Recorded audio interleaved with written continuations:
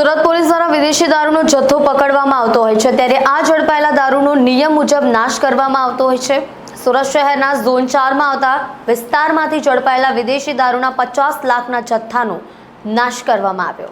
ગુજરાતમાં દારૂબંધી હોવા છતાં પરપ્રાંતમાંથી મોટા પ્રમાણમાં વિદેશી દારૂનો જથ્થો ઘુસાડવામાં આવતો હોય છે, ત્યારે સુરત શહેરમાં દમણ, હરિયાણા, રાજસ્થાન, સેલવાસથી ગેરકાયદેસર રીતે દારૂ ઘુસાડવામાં આવતો હોય છે।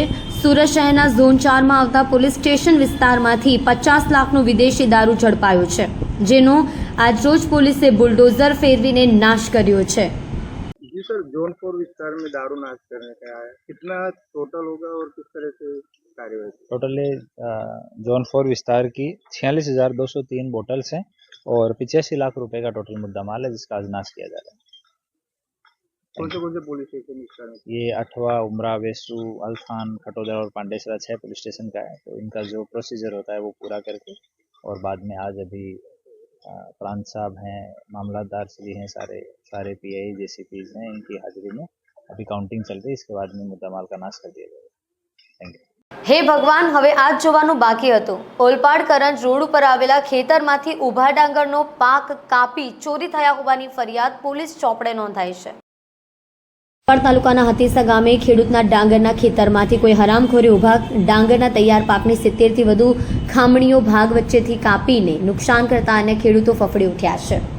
જ્યારે થોડા દિવસ પહેલા જ પણ આ ખેડૂતના ખેતરની નજીકમાં અન્ય એક ખેડૂતના ઊભા ડાંગરના પાકમાંથી પણ કોઈ હરામખોરે અમુક ભાગ કાપીને લઈ ગયો હતો। હાથીસા ગામે રહેતા ખેડૂત વિપુલભાઈ બળવંતભાઈ પટેલનું ઓલપાડ કરંજ રોડને અડીને સોંદલા ખારા દૂધ મંડળીના ગોડાઉનની સામે 5 વીઘાનું ખેતર આવેલું છે। આ ખેતરમાં તેમણે ડાંગરનું વાવેતર કરતા હાલમાં ડાંગરનો ઊભા પાક તૈયાર પાકમાં કંઠીઓ બેસવાની શરૂઆત થઈ ગઈ છે, જેથી થોડા દિવસોમાં ડાંગરનો પાક કાપણીની રાહ જોઈ રહ્યો હતો। ગત રવિવારે વિપુલભાઈએ તેમના ખેતરની મુલાકાત લીધી હતી, ત્યારે જણાવ્યું હતું કે શનિવારની રાત્રિના સુમારે તેના ડાંગરના ખેતરમાં કોઈ હરામખોર ચોર ઇસમ ઘૂસી જઈ વચ્ચેના ભાગમાંથી 70 થી વધુ ખામણીઓ કાપીને લઈ ગયો છે। તેમના મુખે આવેલો કોળીઓ છીનવાતા તેમણે રોડ ઉપર આવેલા સોંદલા ખારા દૂધ મંડળીના ગોડાઉન ઉપર લગાવેલા સીસીટીવી કેમેરાની ફૂટેજનો રેકોર્ડ ચેક કર્યો હતો, પરંતુ તેમનું ખેતર લોકેશનમાં ન જણાતા તેમાં નિષ્ફળતા મળી હતી, જેથી વિપુલભાઈ રવિવારે બપોર બાદ ઓલપાડ પોલીસ મથકમાં પહોંચીને અરજી આપી હતી।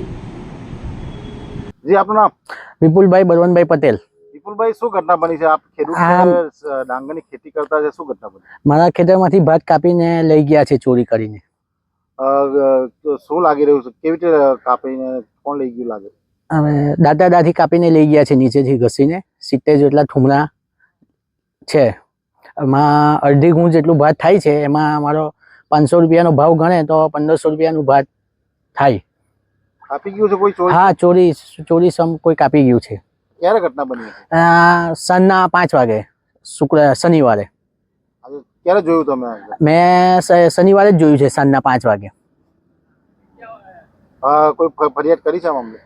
હા, ફરિયાદ મેં અરજી લખી છે પોલીસ સ્ટેશનમાં।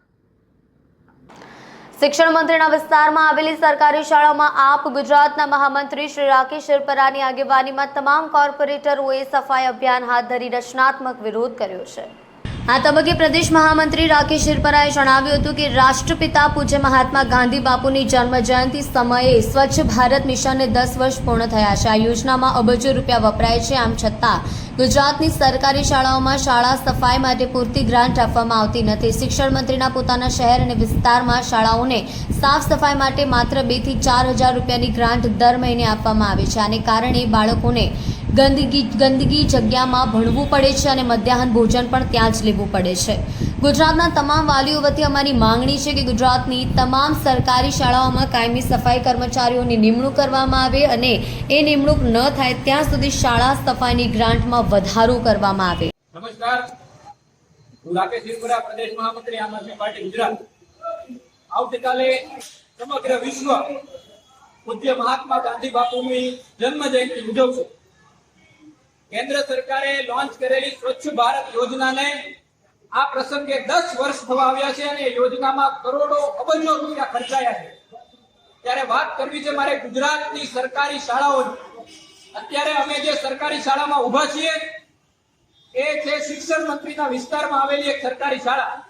આમ આદમી પાર્ટીના તમામ કાર્યકર્તાઓએ અને તમામ નગરસેવકોએ આપ જોઈ શકો છો આ શાળાને આજે રચનાત્મક રીતે પ્રતિકાત્મક વિરોધના ભાગરૂપે સમગ્ર શાળાની સફાઈ કરીશું. અમે સંદેશ આપવા માંગીએ છીએ કે સ્વચ્છ ભારત પાછળ કરોડો રૂપિયા ખર્ચાયા છતાંય ગુજરાતની સરકારી શાળાઓમાં કાયમી સફાઈ કર્મચારીઓ નથી. અમારી માંગણી છે કે કાયમી સફાઈ કર્મચારીઓની ગુજરાતની તમામ સરકારી શાળાઓમાં નિમણૂક કરવામાં આવે અને જ્યાં સુધી આ નિમણૂક ન થાય ત્યાં સુધી સરકારી શાળાઓને સાફ સફાઈ માટે જે ગ્રાન્ટ આપવામાં આવે છે એમાં વધારો કરવામાં આવે. આપ સૌને જાણીને આશ્ચર્ય થશે કે અત્યારે અમે જે આપણે શાળામાં જે ઊભા છીએ એ શાળાને દર મહિને સાફ સફાઈ માટે માત્ર 1400 રૂપિયાની ગ્રાન્ટ આપવામાં આવે છે. ગુજરાતની અલગ અલગ સરકારી શાળાઓમાં 2 થી 4000 રૂપિયા સુધીની દર મહિને ગ્રાન્ટ આપવામાં આવે છે. આટલા પૈસામાં એક આખી શાળા એક મહિનામાં કેવી રીતે સાફ થઈ શકે? તો એક તરફ સ્વચ્છ ભારત મિશનમાં કરોડો રૂપિયા અબજો રૂપિયા ખર્ચાય છે, એક તરફ સ્વચ્છ ભારતના નામે તાઇફાઓ થાય છે અને બીજી તરફ શિક્ષણ મંત્રીના શહેરમાં, શિક્ષણ મંત્રીના વિસ્તારમાં સરકારી શાળાઓ ગંદી છે. એ સરકારી શાળાઓને સાફ સફાઈ માટે પૂરતી ગ્રાન્ટ નથી. તો આજે અમારી માંગણી છે, આમ આદમી પાર્ટી ગુજરાત સમગ્ર ગુજરાતમાં આ મુદ્દે શિક્ષણ મંત્રીનો વિરોધ કરશે, રચનાત્મક વિરોધ. અમે સાફ સફાઈ કરી અને સૌપ્રથમ પહેલા અમારું નૈતિકતા સાબિત કરીશું, રચનાત્મક વિરોધ કરીશું અને સાથે સાથે અમારી માંગણી છે કે ગુજરાતની તમામ સરકારી શાળાઓને સફાઈ કર્મચારી આપવામાં આવે અને ત્યાં સુધી એને જે ગ્રાન્ટ આપવામાં આવે છે એમાં વધારો કરવામાં આવે. આભાર. જય હિન્દ, જય ગરવી. સુરત રેલવે સ્ટેશનની રીડેવલપમેન્ટની ગોકળગાયની ગતિએ ચાલી રહેલી કામગીરીને પગલે પ્લેટફોર્મ નંબર 4 મુસાફરોની અવરજવર માટે બંધ કરી દેવામાં આવ્યું છે. પહેલા 90 દિવસ માટે બંધ કરવાનો નિર્ણય લેવાયો હતો, ત્યારબાદ 2 વખત મુદત વધારવામાં આવી હતી, પરંતુ આ મુદત વધારવા બાદ પણ કોન્ટ્રાક્ટર કામગીરી પૂર્ણ કરી શક્યો નહીં. વરસાદને પગલે અવારનવાર કામગીરી ખોરંભે ચડી હતી. બીજી વખત મુદત વધારો 30મી સપ્ટેમ્બર સુધીનો આપવામાં આવ્યો હતો.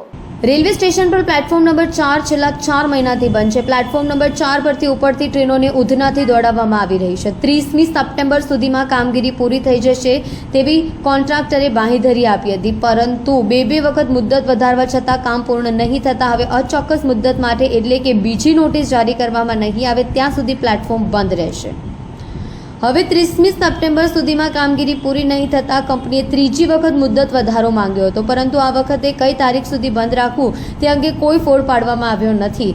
હવે અચોક્કસ મુદત એટલે કે બીજી નોટિસ જારી કરવામાં નહીં આવે ત્યાં સુધી પ્લેટફોર્મ નંબર 4 બંધ રહેશે તેની જાહેરાત કરી છે. હવે સુરત રેલવે સ્ટેશનના પ્લેટફોર્મ નંબર 4 પરથી ઉપડતી જે ટ્રેનોને ઉધનાથી દોડાવવામાં આવી હતી તે ટ્રેનો હજુ પણ ઉધનાથી જ દોડાવાશે. દિવાળીને હવે 1 મહિનો બાકી હોવાથી એક્સ્ટ્રા ટ્રેનો દોડાવાશે, જેથી પ્લેટફોર્મ નંબર 4 ટૂંક સમયમાં કાર્યરત કરી દેવાશે.